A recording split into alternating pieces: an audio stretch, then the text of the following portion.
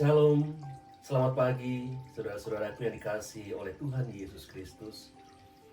Pada pagi hari ini kembali kita mau bersama-sama membangun mezbah doa kita. Dan kita mau mengingat pada pagi hari ini betapa Tuhan Yesus Kristus, Allah yang kita sembah itu begitu luar biasa telah mengaruniakan segala hal yang baik di dalam waktu-waktu kita. Bahkan kita mau mengucap syukur kepadanya buat setiap penyertaannya di dalam setiap hari dan waktu-waktu kita. Kita pun mau mengucap syukur pada pagi hari ini, jikalau setelah kita menikmati waktu beristirahat kita, kemudian kita dibangunkan di dalam kasih Tuhan, kita mau bersegera mengingat Tuhan di dalam waktu-waktu kita. Kita mau bersegera membawa segenap kehidupan kita untuk menghampiri tahta hadirat-Nya yang kudus. Oleh karenanya saudara-saudara yang terkasih di dalam Tuhan Yesus Kristus, mari undang Roh Kudus. Mari undang Roh Kudus untuk masuk dalam segenap kehidupan kita. Mari undang Roh Kudus untuk mengajar kita berjaga-jaga dan berdoa. Berjaga-jagalah dan berdoalah supaya kamu jangan jatuh dalam pencobaan. Roh memang penurut, tetapi daging lemah. Saudara-saudaraku yang terkasih di dalam Tuhan Yesus, ada banyak alasan untuk kita bersyukur kepadanya. Oleh karenanya sebelum kita melanjutkan untuk menaikkan puji-pujian serta mendengarkan kebenaran firman Tuhan, mari kita berdoa terlebih dahulu. Bapa yang maha baik, Tuhan Yesus dan Roh Kudus, mengucap syukur buat pagi hari ini. Di pagi yang tenang, tentram, dan teduh ini Tuhan. Oh, kami mau mengingat Engkau Tuhan di dalam setiap waktu-waktu kami. Kami mau Tuhan menempatkan Engkau yang pertama dan terutama di dalam seluruh kehidupan kami. Bahkan di hari ini Tuhan, di awal hari ini Tuhan, kami mau mengingat Engkau Tuhan di dalam setiap rencana dan rancangan kami. Betapa bersyukurnya kami Tuhan Yesus Kristus buat rahmat kasih, kebaikan-Mu Tuhan, kasih setiamu dalam kehidupan kami. Ratapan 3 ayat 22 dan 23, tak berkesudahan kasih setia Tuhan, tak habis-habisnya rahmat-Nya, selalu baru tiap pagi besar kesetiaan-Mu. Terima kasih Bapa, berkati dan urapi setiap masing-masing kami, beri kami hati yang haus dan lapar akan kebenaran firman-Mu. Urapi segenap kehidupan kami Tuhan, agar setiap hari Tuhan kami menyadari bahwa Engkau adalah Allah yang setia dan berkenan, senantiasa menyertai kami. Pimpin Tuhan Yesus mezbah doa kami pada pagi hari ini. Berkati kami Tuhan, Roh-Mu menyegarkan segenap kehidupan kami. Biar aliran-aliran air hidup itu mengalir, memenuhi segenap hidup kami di sepanjang hari ini. Besertalah dengan kami, ya Tuhan Allah kami. Besertalah dengan kami Tuhan di dalam setiap perjalanan kami, dalam setiap langkah-langkah kami, dalam kehidupan rumah tangga, usaha dan pekerjaan kami, di dalam pendidikan sekolah, perkuliahan setiap anak-anak-Mu. Sebab perjalanan yang disertai oleh Tuhan itu akan membuat kami menjadi berhasil, beruntung, dan berkemenangan. Terpujilah Engkau ya Tuhan Allah kami. Ampuni segala dosa dan kesalahan kami yang kami perbuat di hadapan Tuhan maupun juga di hadapan manusia. Darah-Mu membasuh segenap kehidupan kami, menyucikan, menguduskan, dan mentahirkan. Terpujilah nama Tuhan untuk selama-lamanya. Kami siap diberkati dan memberkati Engkau pada pagi hari ini. Segala puji, hormat, kemuliaan hanya bagi nama Tuhan Yesus Kristus. Dalam nama Tuhan Yesus kami sudah berdoa dan mengucap syukur. Haleluya. Amin.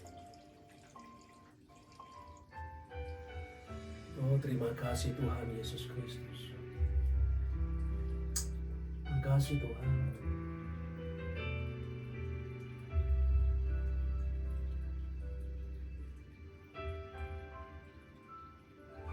Bila Engkau tak besertaku,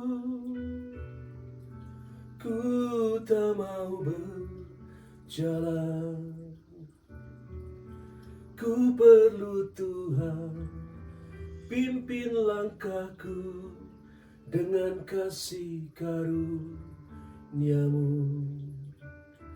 Pimpin langkahku setiap waktu, berjalan dalam Roh-Mu. Nyatakan Tuhan kemuliaan-Mu, dan berjalanlah denganku.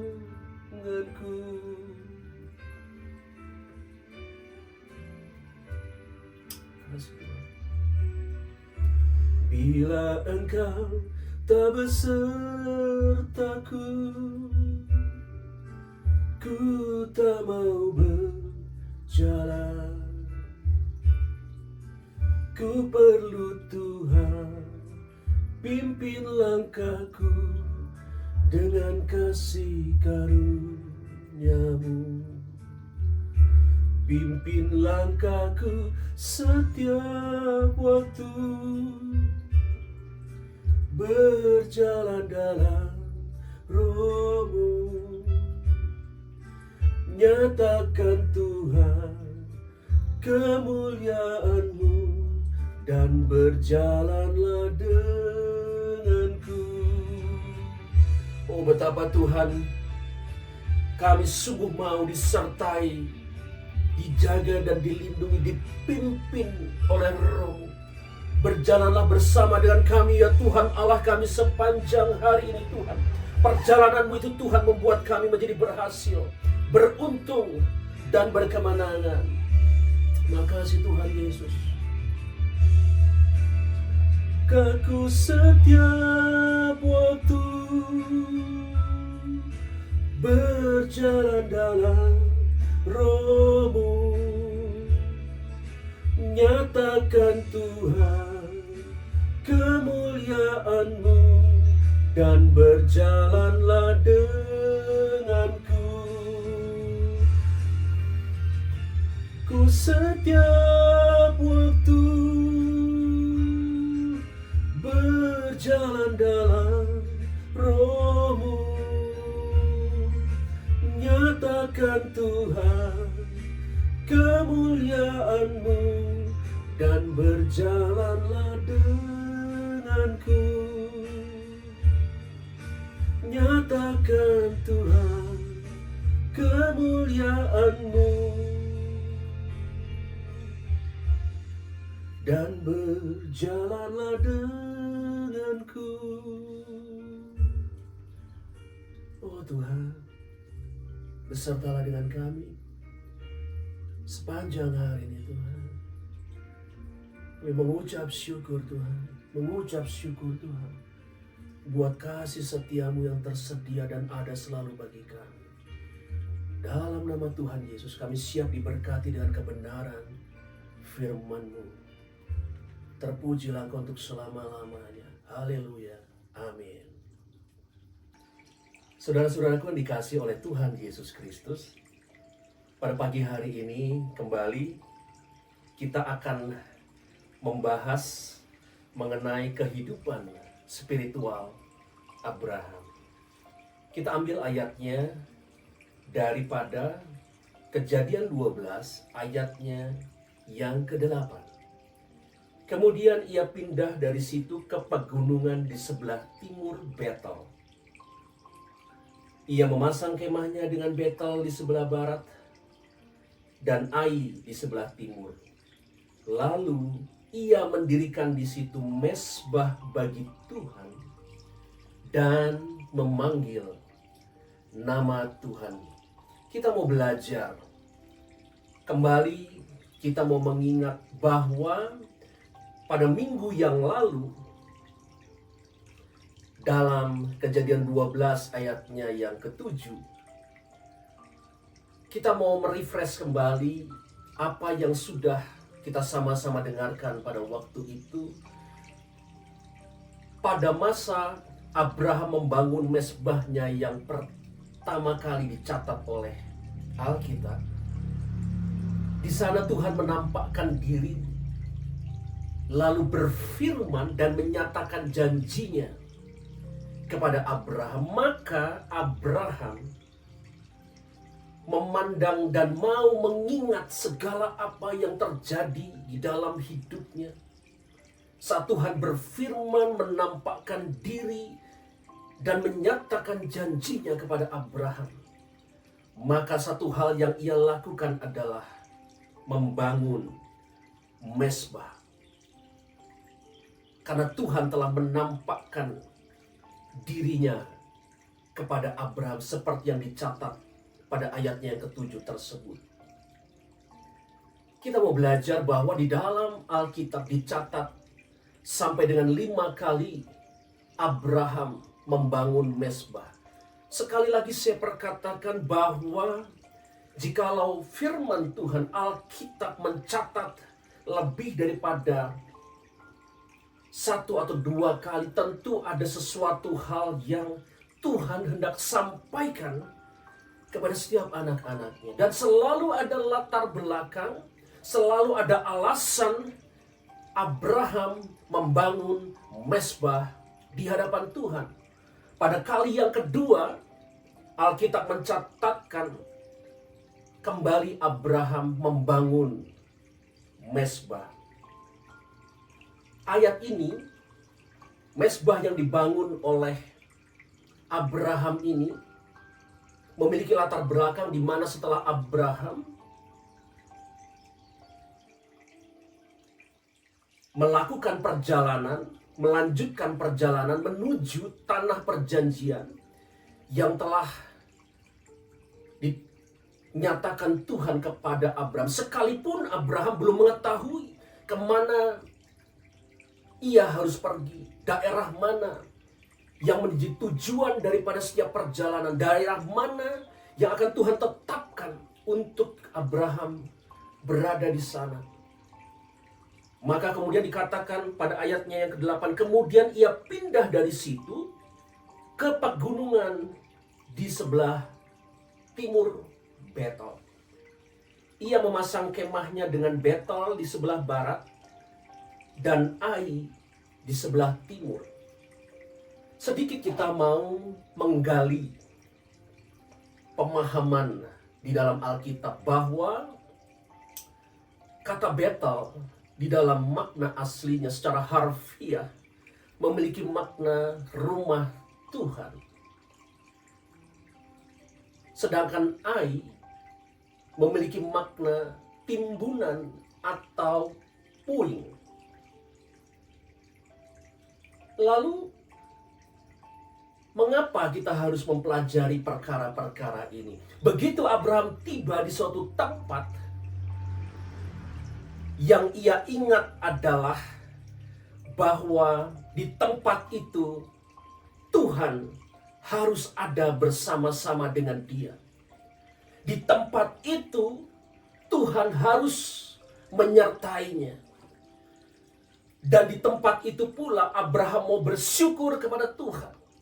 Karena Tuhan pada waktu-waktu sebelumnya telah menyertai, menjagai, melindungi, bahkan memberkati Abraham. Tuhan telah menyatakan kasih setianya kepada Abraham. Maka Abraham mau terus untuk dekat, melekat kepada Tuhan Allahnya. Dan kalau kita mau menggali makna filosofi daripada tempat di mana Abraham membangun kemahnya, yaitu di mana Betel berada di sebelah barat, sedangkan Ai di sebelah timur. Betel memiliki makna rumah Tuhan, sedangkan Ai adalah timbunan atau puing-puing. Abraham berada di persimpangan. Abraham harus memutuskan apa yang harus ia lakukan. Dan satu hal yang terbaik yang Abraham lakukan adalah ia datang kepada Tuhan. Ia membangun mezbahnya di hadapan Tuhan. Abraham tahu bahwa di dalam ia menggenapi setiap janji-janji yang telah Tuhan tetapkan dalam hidupnya, ia harus terus melekat dekat erat kepada Tuhan Allahnya. Ada dua pilihan. Apakah Abraham mau berjalan bersama Tuhan dan membangun kehidupannya di dalam rumah Tuhan, yang menyediakan segala hal yang terbaik yang Abraham butuhkan, atau ia memilih untuk dengan segala kekuatannya sendiri, dengan segala pengertian-pengertiannya untuk mencapai jalan Tuhan, dan tentu saja itu mustahil, akan menjadikan itu semua duka cita, puing-puing yang akan menghancurkan kehidupannya jikalau ia jauh daripada Tuhan. Maka Abraham mengambil keputusan yang terbaik di dalam hidupnya. Di dalam persimpangan ini, di dalam dia ketidaktahuan kemana ia harus melangkah dan berjalan, ia tahu satu-satunya yang harus ia lakukan adalah membangun mezbah. Membangun mezbah. Kita mau kembali mengingat makna mezbah secara harfiah seperti yang sudah saya jelaskan pada minggu sebelumnya. Mezbah pada perjanjian lama memiliki makna harfiah adalah tempat untuk memotong hewan kurban. Mezbah adalah suatu tempat yang dibangun, yang dikuduskan, dikhususkan bagi Tuhan, di mana umatnya dapat bertemu dengan Tuhan Allahnya. Atau secara simbolik, mezbah memiliki makna tempat di mana Tuhan Allah pencipta dapat bersekutu dengan umatnya. Tempat di mana manusia dapat menaikkan segala doa, ucapan, syukur, puji-pujian kepada Tuhan Allahnya. Bahkan di mezbah itu pula Tuhan akan menyatakan firman-Nya, tuntunannya, pimpinannya dalam setiap waktu dan hari-hari kita. Betapa luar biasanya kita mau meneladani kehidupan spiritual Abraham. Selalu ada latar belakang, alasan yang nanti akan kita pelajari bahkan pada minggu-minggu selanjutnya. Mengapa Abraham selalu membangun mezbah, dan dicatat sampai dengan 5 kali di dalam Alkitab. Jikalau kita mau merefleksikan, jikalau kita mau menerapkan apa yang telah Abraham lakukan di dalam kehidupannya, di dalam kehidupan rohani kita. Saudara-saudaraku yang terkasih di dalam Tuhan Yesus Kristus, adakah engkau setiap hari mau mengawali waktu dan hari-harimu bersama dengan Tuhan, membangun mezbah Tuhan? Setiap hari kita mengutamakan Tuhan, memberikan Tuhan tempat yang pertama, terbaik dalam seluruh kehidupan kita. Bahkan firman Tuhan berkata di dalam Amsal 3 ayat yang ke-6, akuilah dia dalam segala lakumu, maka ia akan meluruskan jalanmu. Wow, betapa luar biasanya orang-orang yang memilih Tuhan untuk menjadi tempat yang ia datangi untuk berserah, menyerahkan segenap kehidupannya. Maka percayalah, di sepanjang hari-hari yang akan kita lalui, Tuhan yang maha dahsyat, hebat, dan luar biasa itu akan menyatakan kuasanya di dalam kehidupan kita, akan menyatakan pembelaannya. Tuhan akan memberikan hikmat dan akal budi yang berkelimpahan atas kita untuk kita menjalani waktu dan hari-hari kita. Kita diberikan kuasa dan otoritas untuk menjalani waktu-waktu kita. Kita diberikan kuasa untuk dapat menikmati setiap berkat-berkat yang telah Ia sediakan bagi kita. Bahkan Tuhan berkenan menunjukkan jalan-jalannya bagi kita. Bagaimana kita sebagai seorang kepala keluarga dapat menjadi teladan di dalam kehidupan rumah tangga. Bagaimana seorang istri dapat menjadi penolong di dalam kehidupan rumah tangga. Bagaimana anak-anaknya dapat hidup taat dan menghormati daripada orang-orang tuanya. Bagaimana para pekerja-pekerja dapat melakukan pekerjaannya dengan segenap hati. Bagaimana pemimpin-pemimpin memiliki roh yang takut akan Tuhan. Bagaimana agar setiap manusia di dalam menjalani waktu dan hari-harinya ada di dalam trek, jalur, dan jalan-jalan yang telah Tuhan tetapkan baginya. Maka begitu luar biasanya momen waktu-waktu di mana kita dapat membangun mezbah di hadapan Tuhan. Karena pada waktu-waktu itulah kita akan menerima begitu banyak hikmat, tuntunan, dan pimpinan yang berasal daripada Tuhan. Pada waktu itulah kita juga mungkin saja disadarkan, ditegur, diingatkan. Jikalau ada perkara-perkara tidak baik yang mungkin tanpa kita sadari, kita lakukan, dan kita sama sekali tidak menyadarinya. Saat kita membangun mezbah itu pula, saat kita menyediakan waktu untuk mendengarkan firman Tuhan, membaca kebenaran firman-Nya, maka di sana Roh Kudus akan mengajar segenap kehidupan kita.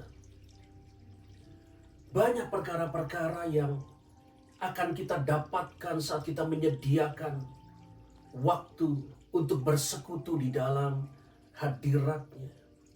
Jikalau kita mau menyediakan 1 jam saja waktu untuk bersekutu dengan Tuhan, betapa luar biasanya kita akan menjalani waktu-waktu kita. Mungkin saat kita menjalani waktu-waktu kita ada kesukaran, ada kesulitan, ada hambatan, ada tantangan.